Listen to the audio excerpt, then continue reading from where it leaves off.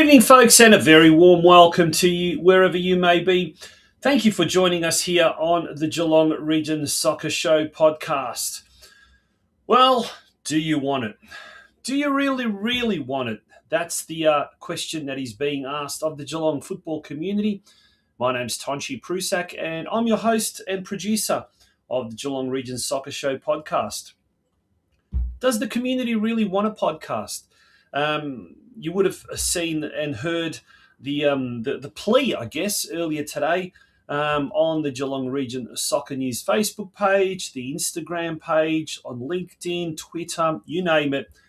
Look, we're on to episode 19. In total, 195 episodes. Next week will be the 20th episode. We've got funding for 20 episodes. We need, for another 5 episodes if we want to see out the season. And it really comes back down to, does the football community want a podcast? Look, there's some big issues happening around town at the moment. We're going to cover some of those. We'll talk about tonight's show. We won't go on more about whether or not there will be a show after next week. But last weekend, we saw many games rained out, washed out. State of pitches has been pretty bad. We're in the middle of winter. We've still got all of August to come and still got the rest of July, traditionally the coldest months. So what awaits us? Well, tonight we're going to be speaking to Ben Cameron. He's the sports reporter for the Geelong Advertiser. His article was a 2-page article today that went over to, it was featured in today's Advertiser, the Great Washout. There you go. There you can see it on the screen now. And it was also on the front page. There was an editorial, believe it or not, pro-football community. I mean, when I talk football, in the Geelong Advertiser sense, we're talking soccer. Let's get that straight, right? Because everyone thinks football AFL in this city. That's why we call it the Geelong Region Soccer Show. Over the years, people have said, why don't you change the name? Well, because every time you talk about football in this city, all you talk about, or people think you're talking about, AFL. Not so. Well, with over 8,500 registered players and counting, no doubt with this World Cup that we're in the midst of, there's just not enough pitches out there. And not only that, the pitches that are out there are just substandard. In fact, more than 50% of the pitches in the region, in the Geelong region, are not good enough, are not of a high standard. So we'll be talking to Ben Cameron a little bit later on about that very issue. Now, I'm on the wrong side of 50, like so many other ex-footballers and so many other people. And the thought of playing Masters Summer League with some 35-year-olds and 36-year-olds probably doesn't appeal to me like it doesn't appeal to a lot of people. But hope is just around the corner with plans afoot to splinter off and create an over 45s division of the Masters Summer League. To tell us all about that, we'll be joined by Simon Blanche from the Masters Summer League a little bit later on. And what a great initiative that is. And to find out more information about whether that's going to happen, how it's going to happen, and who's going to make it happen, stick around, folks, for that. Despite some quite a few games being rained out over the weekend, we've still got a lot of news to get through. So strap yourselves for the rest of episode 195. Could it be our penultimate show for the year? News desk coming up next.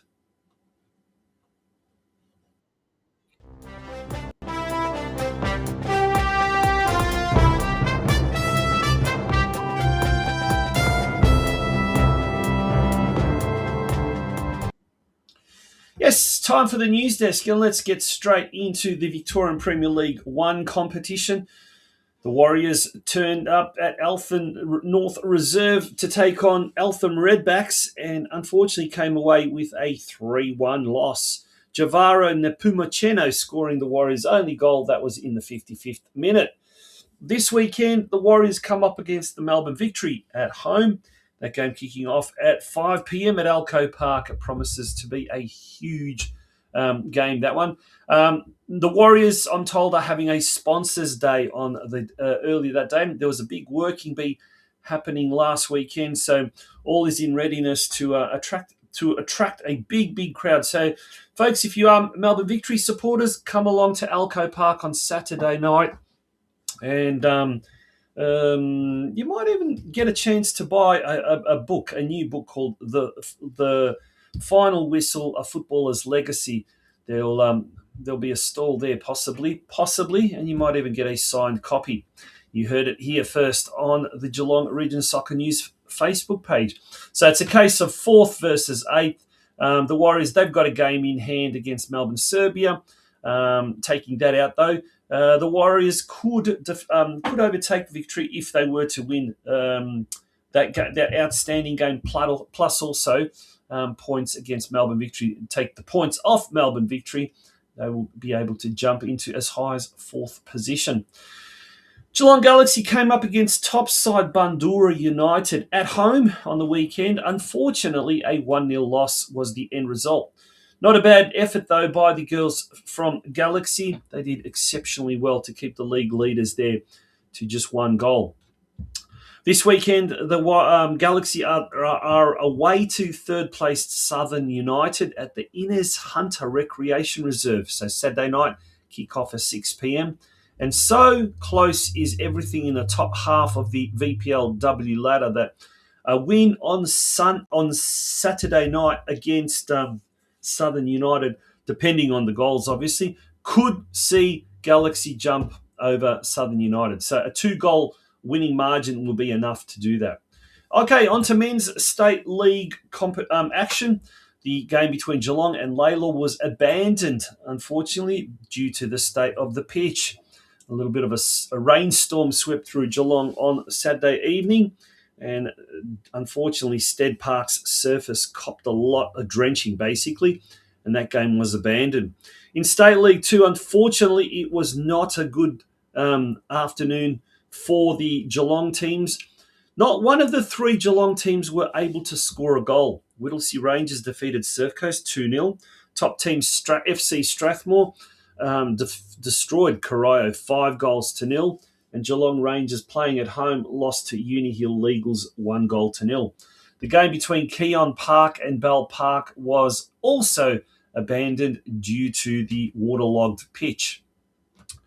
Over the page, Lara United lost to Deakin Ducks 4-0 after an absolute blitz in the second half by the Ducks. That was a big derby in State League 5. It was also part of the Kick for Lock Day, so a big crowd was on hand. I was able to pop in for about 10-15 minutes in the second half. I did see Finn Duncan's goal. I saw one of Sam Wyeth's goals. In fact, I think I saw 2 of them, but he scored a late one as well. I think it was a 15-minute blitz, and Wyeth scored 3 goals. Duncan scored 1, and the Deakin Ducks ran out 4-0 winners over Lara United. In State League 6 action, Maidstone United, top team, defeated Ocean Grove 2-0, and the Barwon Spring Hills game was also deemed, or was abandoned. The pitch was deemed unplayable. Okay, let's looking ahead to this weekend, round 16. So we're only, 7 weeks away before the end of the season.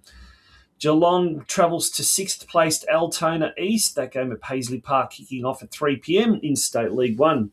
In State League 2, Corio at home to 5th place Whittlesea Rangers, 3 p.m. at Hume Reserve. And then the Geelong Derby, Surf Coast versus Geelong Rangers.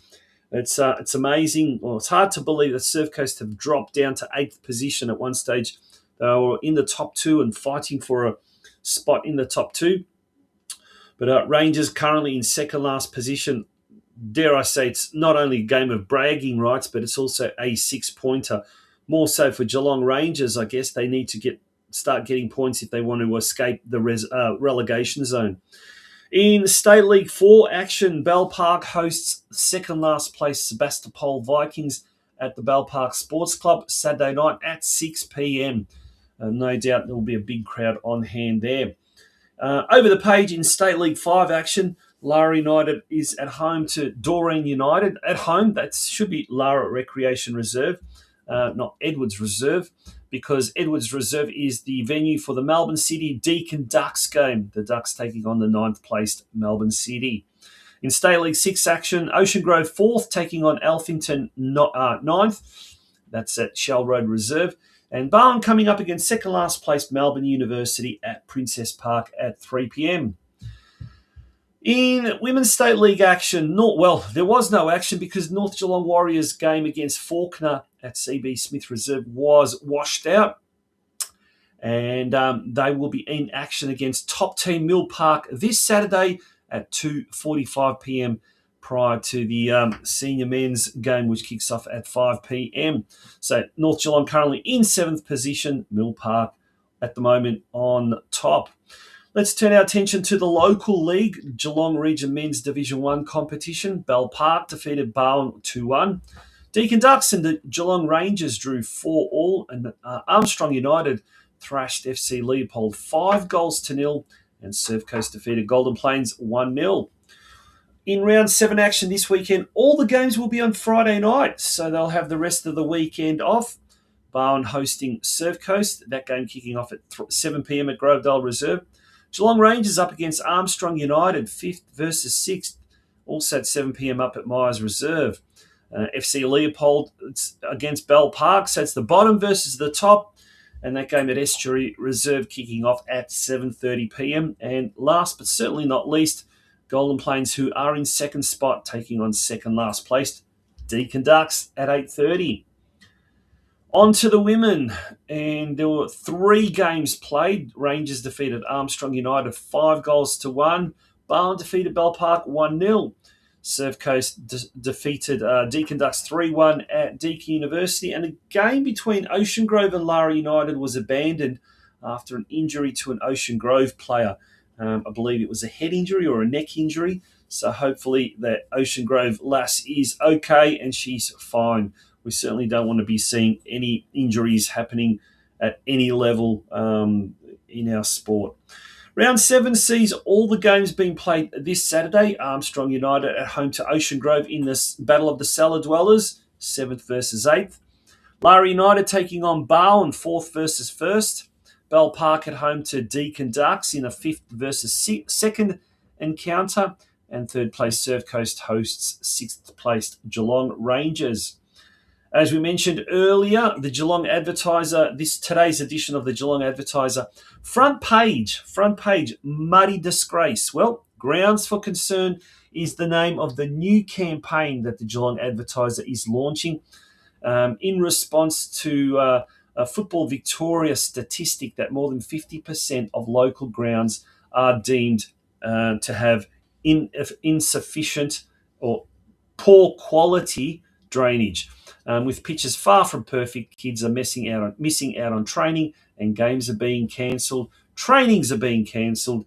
And in this article by Ben Cameron, it actually quotes the Armstrong United vice president saying, recently when training had to be cancelled, they had 60 kids on one basketball court.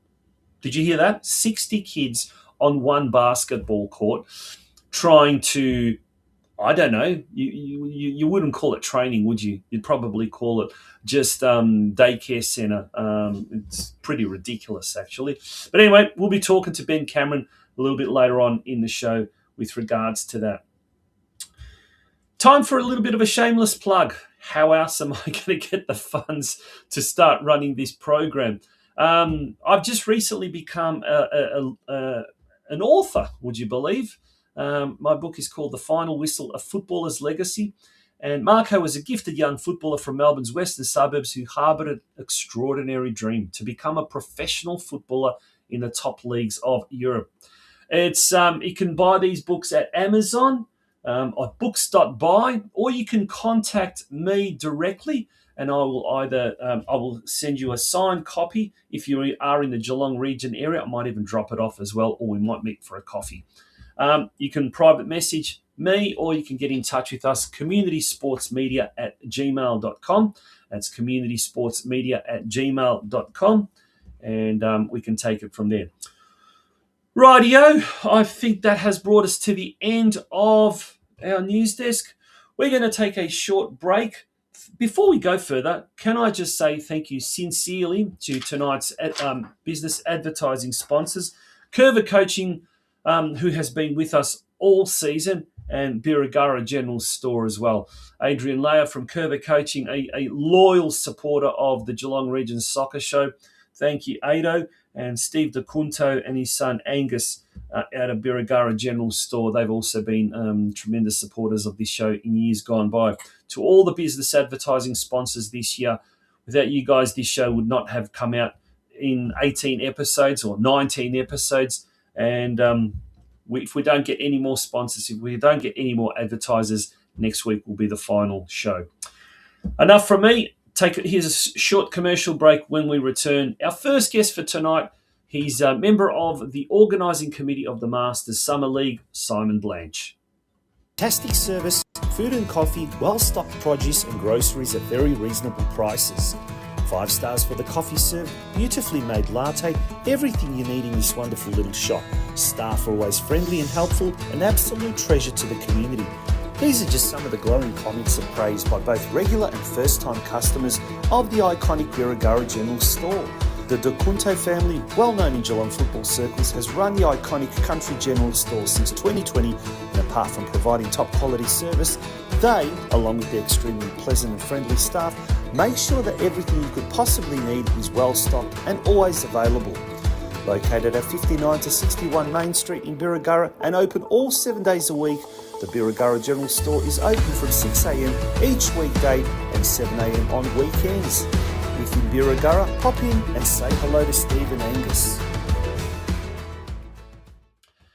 And welcome back to the Geelong Region Soccer Show podcast. And as we approach the middle of winter, all we can think of, geez, wouldn't it be nice if it was a little bit warmer? Summer can't come soon enough.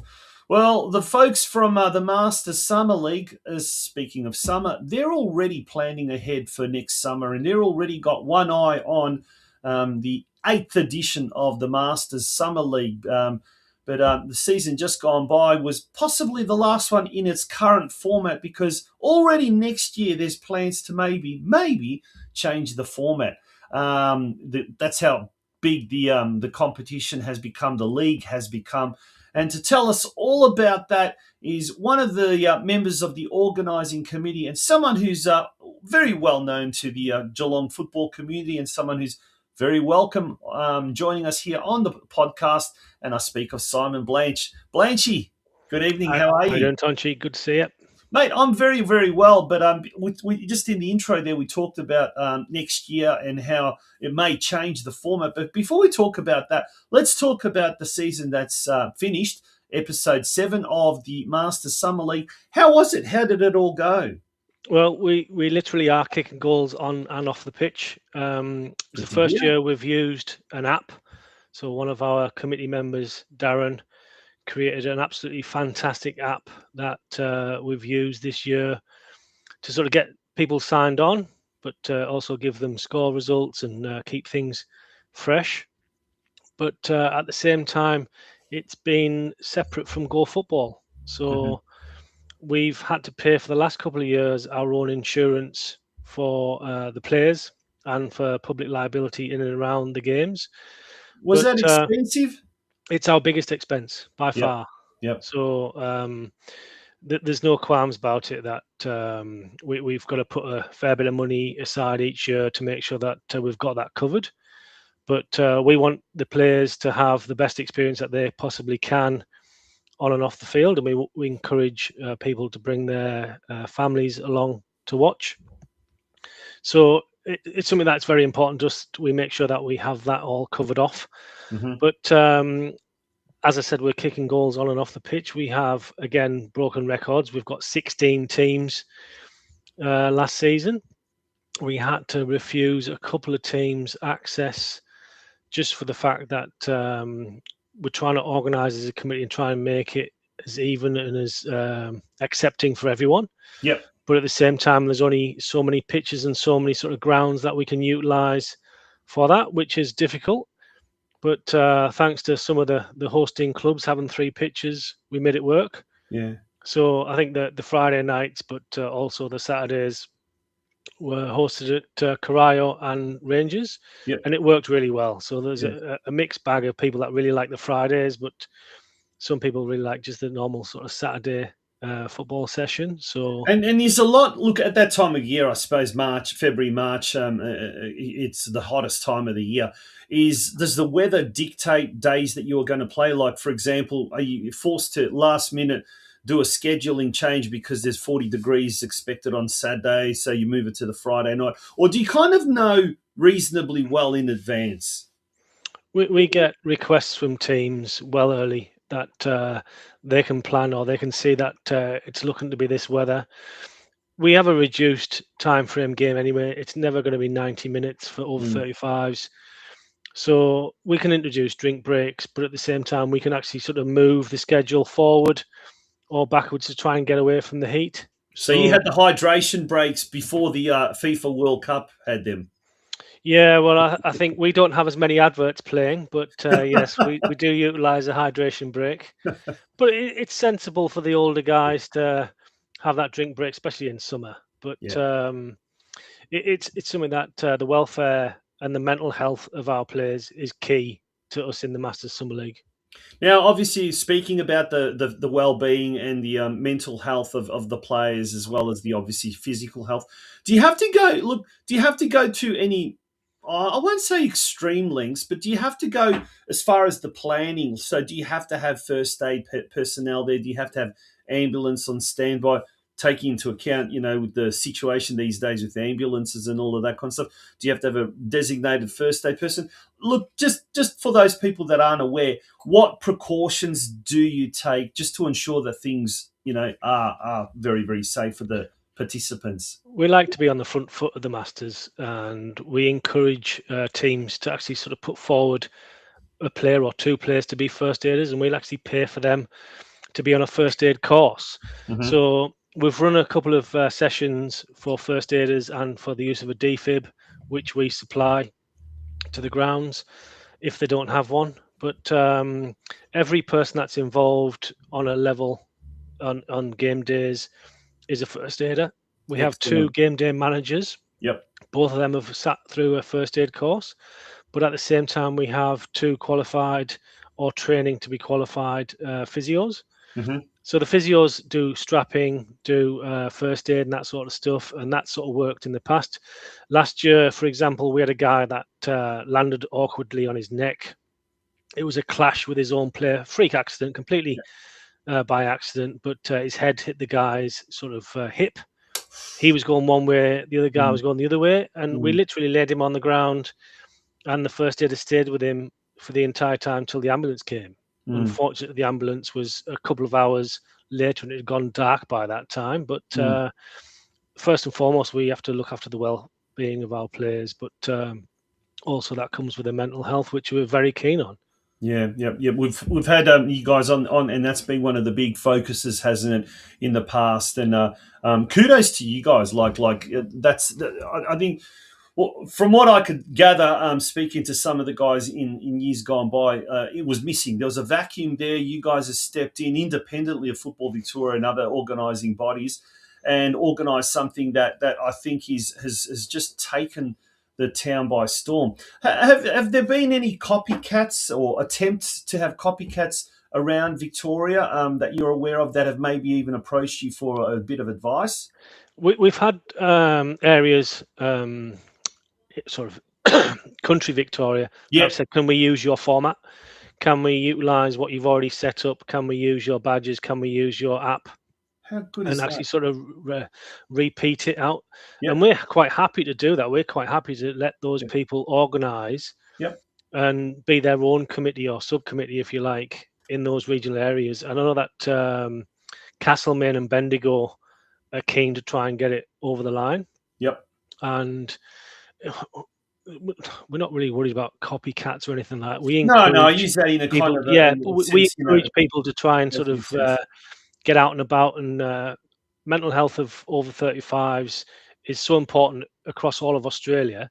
Yep. If we could sort of push that to be utilised almost free of charge, to the point where if you've got the personnel that are volunteering to run it, you'll get the actual money to pay for the intake of players. So it's something Yep. that we're super keen. And we've one of our main sponsors at the moment, Calming Minds Clinic or Calm Minds Clinic. That's a business here Yep. in Geelong. And they're quite happy to support in any which way they can. There's a number of sports, sort of mental health, sort of first aid courses, if you like, that I was trying to sort of get the committee to go on. But obviously, committee members do a lot and a hell of a lot. And I've said this to a number of people. No football club in this region would be anything without their volunteers. So Oh, the volunteers that we absolutely. have are absolutely fantastic, and hat off to all of them. So.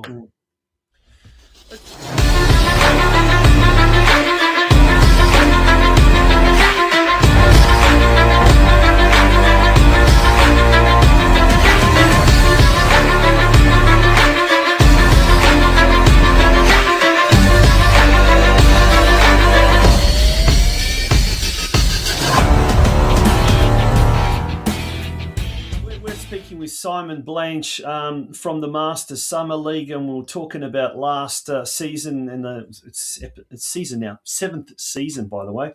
Incredible. Let's turn our attention now to the future, because you guys have just recently put out basically a call to arms for a survey about the possibility of having a Masters Summer League over 45s division. And now that's a social media post from back in late May. And even by then you had, close to 100 people respond. So that was back then, where you're looking at effectively a survey, looking at what the likelihood or what the possibility is of having an over 45s division. How'd you go? How'd you go with that? So we did a trial run a couple of years ago that people were involved with. We did another trial run this season with players just coming along for a one-off kick. At the same time, we've had a level of interest where a lot of people and a lot of teams are asking me, "Oh, when are you doing over 45s? When are you doing over 45s?" So we've actually got now a subcommittee, and that subcommittee is actually really focusing on how we actually get that over the line. Do we have a separate venue? Do we mix it into the same sort of format that what we've got at the moment? Do we have it at the same location at the same times?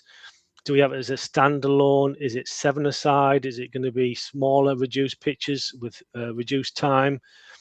We've got people that are in the 60s that still want to kick. Mm. And we want to be inclusive. We want to let everyone have a crack at having a kick. Mm. So if we can get an over 45 started that grows from being 7-a-side to 11-a-side to a team format, I'm all for it. Yeah, yeah. I don't want to burn out committee members. So we've actually put an expression of interest in that at the same time saying, are you interested in starting a team, forming a team, becoming a committee member, or actually helping being an organizer on the day? Yeah, how good is that? That's fantastic. Sorry. Oh, we've got great response to it. It's absolutely fantastic. We're literally, as a committee, talking at the moment of what we then do with the information that we've got and the great response that we've received. So it's something that I want people to play till their body tells them that they can't. And I don't care. I was very fortunate to have Everett Nelson in when it was the FFV winter competition playing. I think he was 68 at the time. He might have even been a lot older than that, but he was still keen to have a run around, still be part of it. And he got a winner's medal for the first year that Drysdale won that winter competition. So it's something that if we can have people that wouldn't want to necessarily play in the over 35s, because it's just like anyone now, over 35, not wanting to chase a 21-year-old around, having a 50-plus guy not wanting to chase a 35-year-old round is understandable. So I think if we can get more people to come back and play in a relaxed environment, but at the same time have that level of competition that people want, but not to the point where there's, I mean, that's why we don't have the sliding tackles, but they still want that camaraderie, but at the same time, that competitive nature comes out of people without you even trying.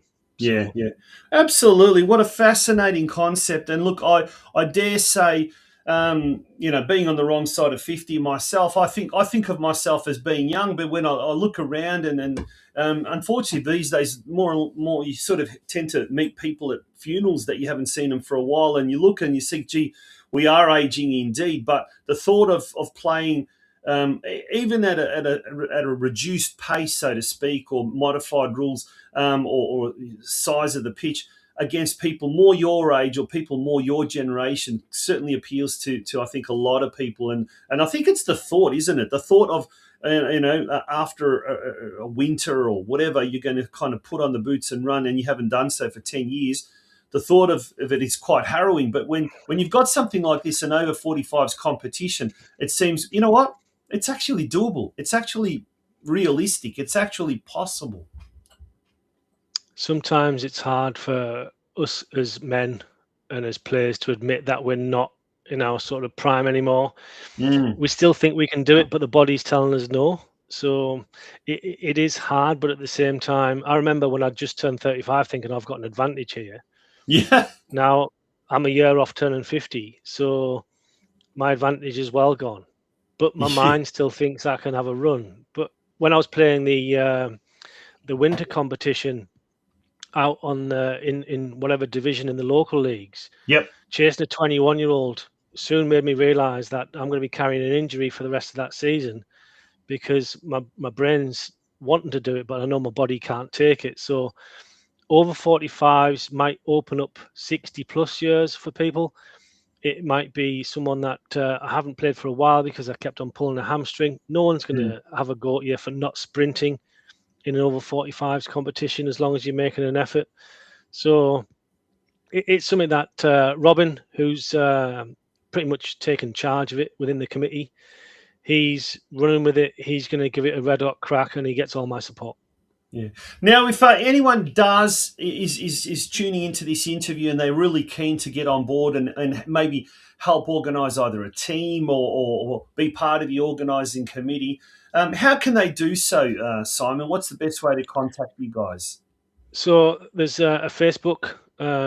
It's easy to find on Facebook. If people don't have Facebook, there's a number of different scans and stuff like that we put out that you can sort of log into. At the same time, we have a website that you can go and find, and then there's contact numbers from there. Mm-hmm.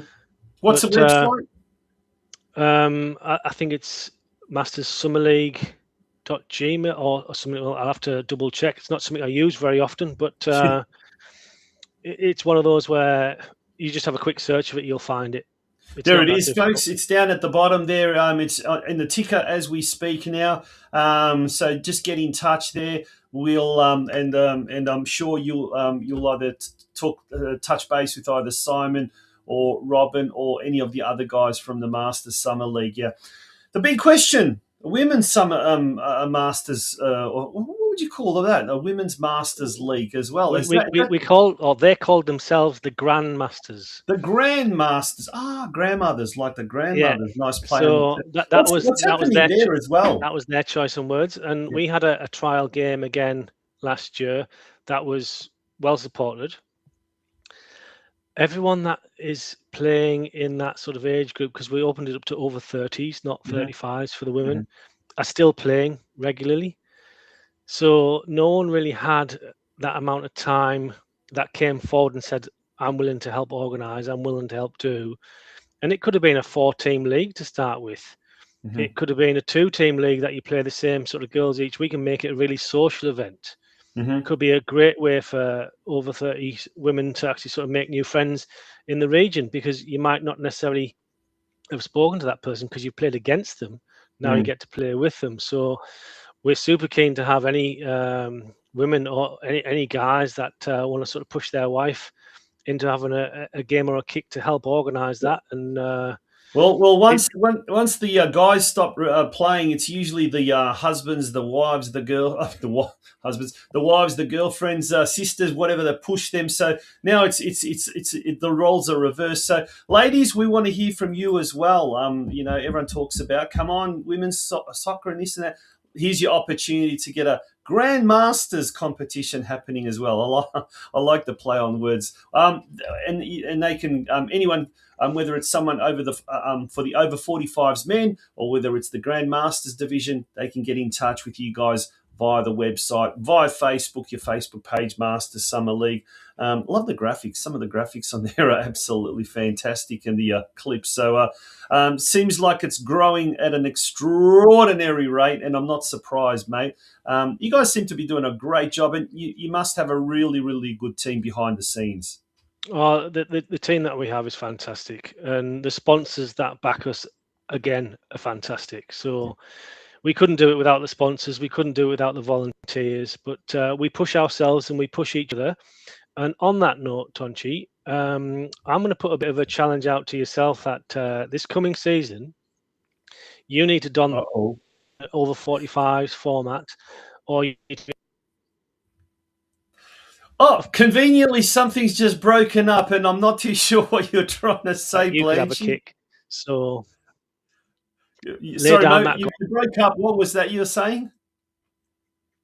So literally, I was putting the gauntlet down for yourself to either put a kit on to actually have a kick in the over 45s, or be able to put like a one-off team together. I mean, you must know enough people in the region to be able to actually sort of put together an over 45s football team quite easily. Maybe we might have to have a Geelong Region Soccer Show podcast team, an all-stars team. Okay, or gives me you enough. Literally have your actual details on the shirt. There you go. Well, we can't even bloody get sponsors for this podcast, let alone we're going to get sponsors for a team. But I think if you put a team together, we'll sponsor an episode. We'll work both in hand in hand. There you go. All right, there we go. The challenge has been issued. Okay, on that on that note, mate, I'm wishing you well. And look, the good news, I suppose, is the fact that we've got still another 7 months or whatever before the next edition. So there's plenty of time. And on that note, I think I'm going to conclude this interview and hit the gym tonight because there's no time to be wasted. All right, Tonchi, I look forward. Good on you, Blanchy. All right. Simon Blanche offering a challenge. Well, there you go, folks. If anyone wants to join the Geelong Region Soccer Show All-Stars over 45s team, drop us a note either in the comments section, private message us, and while you're at it, find a sponsor or two, because if we don't find a sponsor, next week will be our final episode for the year. We're going to take a break, and when we return, we're going to continue with tonight's episode of the Geelong Region Soccer Show podcast. The world is yours. So work hard, and you can have whatever it is you want.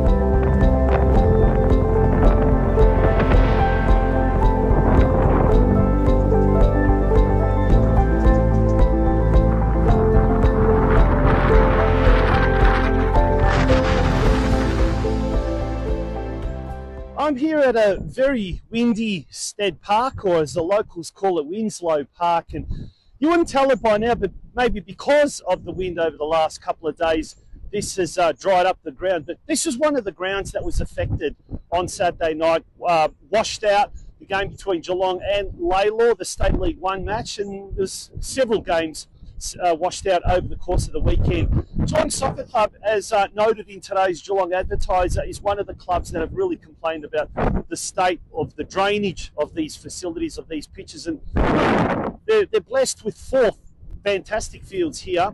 But obviously what happens is then when the grounds get long and they get washed out, as games get washed out, you then have a backlog of games. Teams aren't able to train, and obviously with the club at State 1 aiming for VPL next year, the seniors will probably be training 3 times a week. putting a lot of pressure on the juniors, the community teams, the women's teams, etc. It's a big issue at the moment, obviously, and we're, as was noted on the front page of the Geelong Advertiser, and the Geelong Advertiser doesn't really cover local soccer, let's be honest, unless there's something bad, and I guess that was warranted front page exposure, something that's bad at the moment, the state of pitches around the region. And we're only in mid-July. Imagine what it's going to be like in August. Well, we caught up with the Geelong Advertiser's Ben Cameron earlier today to discuss this issue. He was the writer behind the article that appeared in today's Advertiser. There we go, folks, and it's a very warm welcome to Ben Cameron, who joins us, the soccer scribe or the sports scribe from the Geelong Advertiser. Ben, first of all, how are you? Good to be with you, Tonty. We've spoken a lot on the phone, but I think we've ever really met like this before. So good to meet you, the man, the legend, the myth. All right, enough of that. Let's get to the stuff that really matters, and it is bad. It really is. I had a chance earlier today just to sort of do a little bit of a tour around some of the grounds in the northern suburbs, and look, just speaking to a few people over the last few weeks. I guess there's a number of issues here, a number of reasons for why the statistics are so bad, and I'll throw it over to you. But you were telling me off air the statistics from Football Victoria pertaining to the local pitches here is really bad, actually. Oh, look, there's just seems like there's many elements at play, Tonty. I have written a fair bit of off-field stuff regarding soccer over the last 3 years that I've been at the Addy.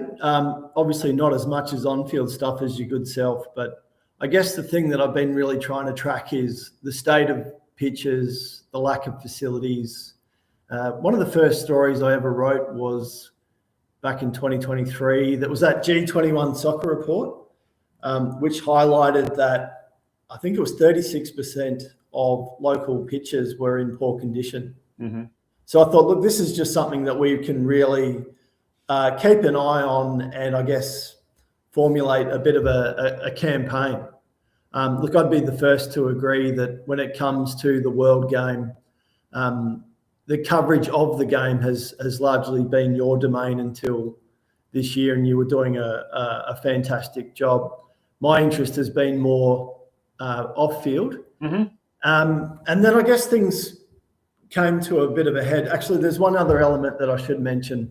Another thing that's the top of my priority list is the plans for a boutique stadium as well. Mm. I understand they're thinking the north of Geelong. I was talking to Mike McKinstry, the chairman of Football Geelong, just about an hour before this interview, and he mentioned that will include also about 5 other pitches as well. It's not just about a boutique type arrangement, which will address requirements to some degree, but he referenced a report from a year ago, and that's one that we referenced in our reporting today.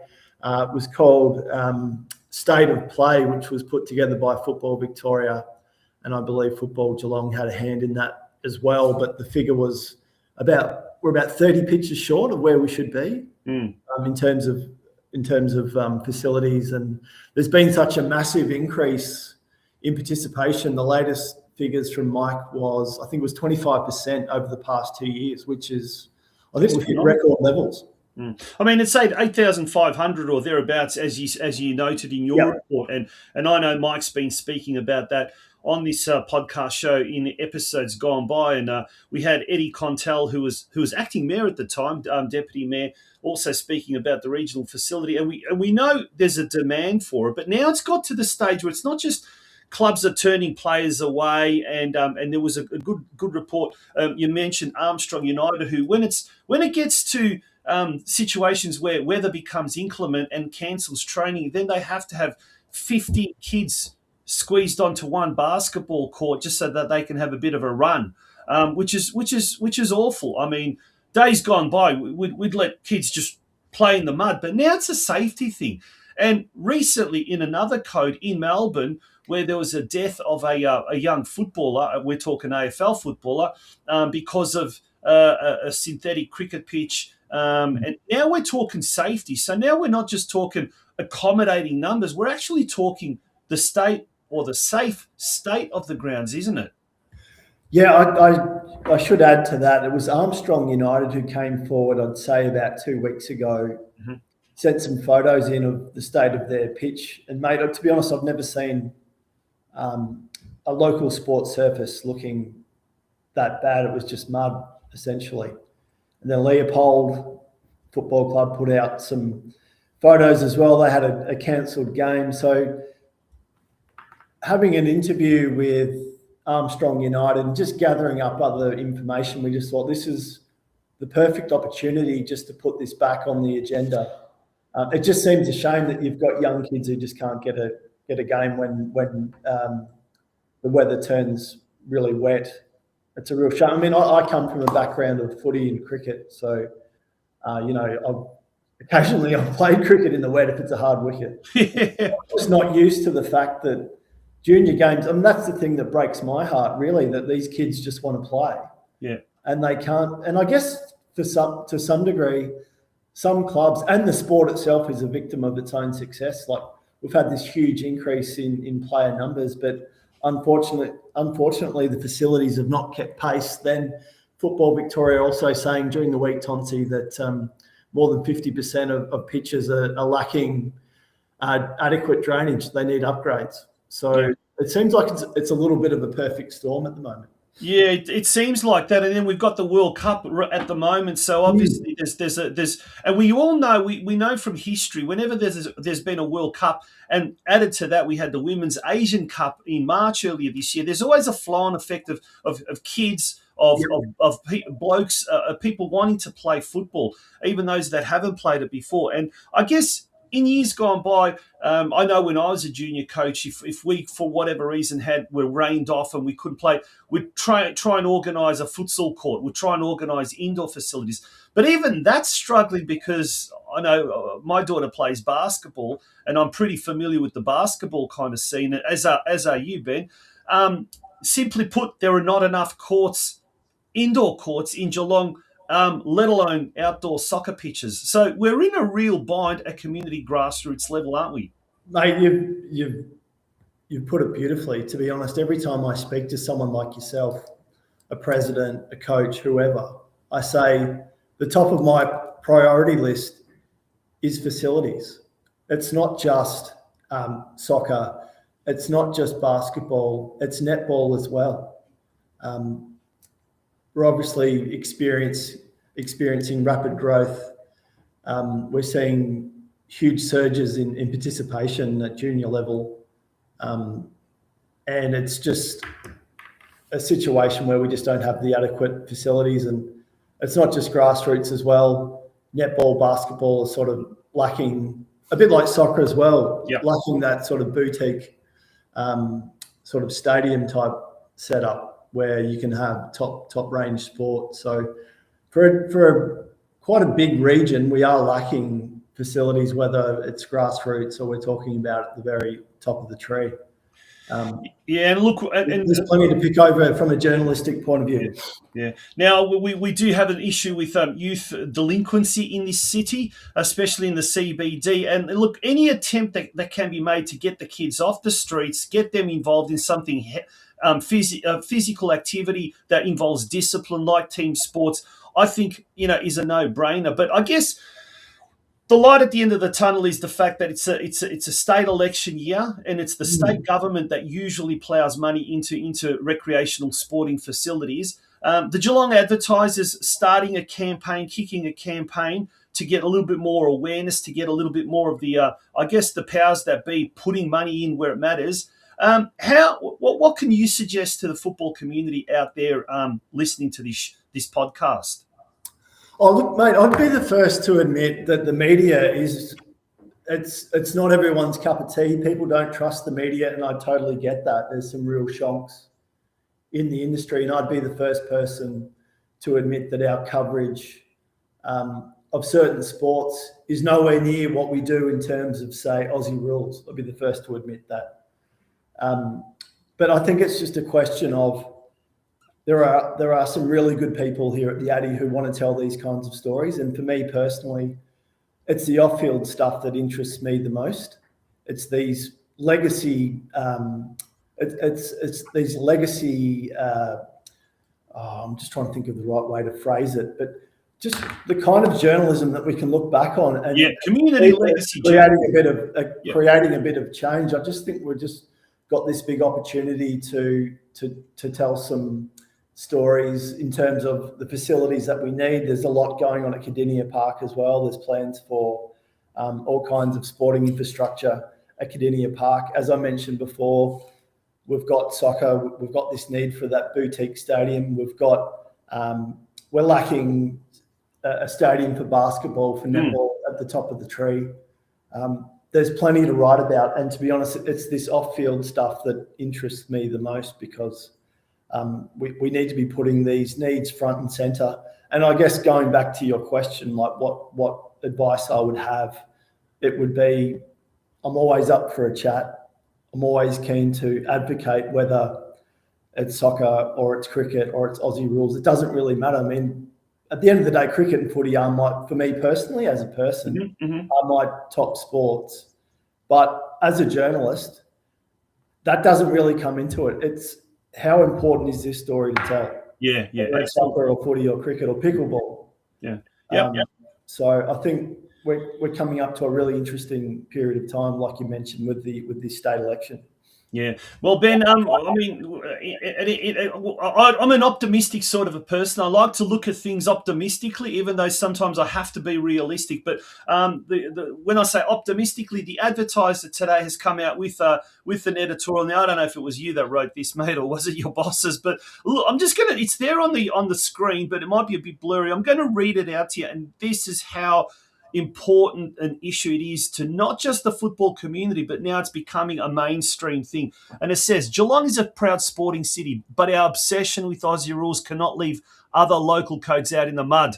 Soccer participation is booming, surging 25% to a record 8,500 regional players, yet half of our soccer pitches face crippling drainage failures. When 60 junior players are forced to cram on for a single basketball court because their home ground is a waterlogged swamp, grassroots sport is broken. Today, the Addy launches our Grounds for Concern campaign. We need urgent, fair government investment in diverse sporting facilities right across Geelong. Our kids deserve proper, safe playing fields right now, and not just empty promises. Here, I say, and as Mike McKinstry and both Eddie Contel have said on this program with regards to the regional facility, it's a topic that we need to constantly bring to the surface and constantly keep relevant. And I implore the football community out there to keep this relevant and to contact you, Ben, to contact other media here in Geelong to make this an issue, and especially the politicians, the bloody politicians. We've had that many promises, and in the end, empty promises. We got to keep them accountable. And I think this campaign by the Geelong Advertiser, Grounds for Concern, it has to become front and centre in the next few months. Yeah, well said, mate. And I should mention, this whole thing started because Armstrong United got in touch. There you go. That's how these things There you go. happen. And it's a great thing. Look, it's been a tough time for the industry.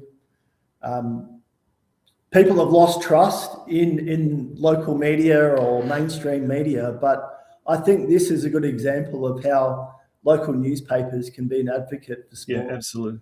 I think it's a case of particularly here in Geelong, we've become very apathetic. We've become very, very blasé about a lot of things. We've given up. It's a very kind of a negative type of mood around town. But maybe something like this will kickstart the community, kickstart the powers that be. And as you said, probably, arguably, one of the smallest clubs in the region, the youngest club by a mile, definitely, Armstrong United has acted, and as a result, we've got this campaign happening. So let that be a lesson to everyone and to all the clubs. Well, I think back over my younger years where I played footy and cricket and a bit of baseball and all that kind of stuff, and I managed to play every week, and unless I was injured or family went away for the weekend. But we weren't sitting on the sidelines, unable to go out there because the pitches weren't up to scratch. And I'm glad that you mentioned that basketball anecdote, mate, because having spoken to Lauren Armstrong United when she told that story that one night they couldn't get on their courts, on their pitches, so they had to go down to a local basketball court, and there were about 60 kids all on that one court. I just thought something has to change. That just seems pretty hard to fathom, to be honest. Yeah. And at the same time, we talk about kids not being active, not being disciplined, being obese, and all of that kind of stuff. Yet, are we really serious about our community and ensuring that they at least get the right to be able to play sport on a regular basis? Mate, thank you so much for joining us, Ben. Really appreciate the time. Anytime, mate. Let's keep the ball rolling. Absolutely. Ben Cameron from the Geelong Advertiser. Having known Ben personally over the last few years, I can certainly tell you his concern for the football community and the state of affairs in the football community is genuine. Folks, we're going to take a very short break. When we return, it will be time to wrap up tonight's episode. Is it our penultimate episode of the year? Well, time will tell, but you are tuning into the Geelong Region Soccer Show.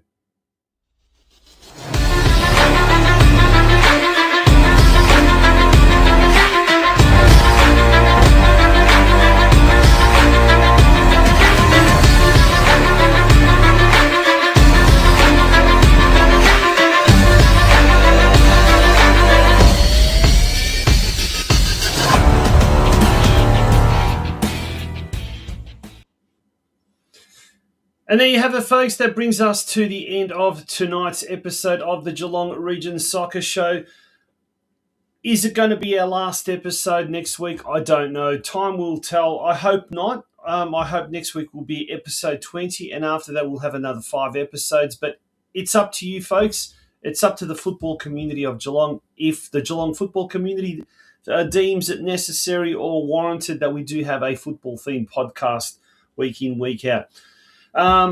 Yes, on that note, I hope you enjoyed tonight's show. Spread the word far and wide. If there's something that you enjoyed from tonight's show, put it on your club social media channels. Share it far and wide. Last week's episode, just on our Facebook, attracted over 3,500 views.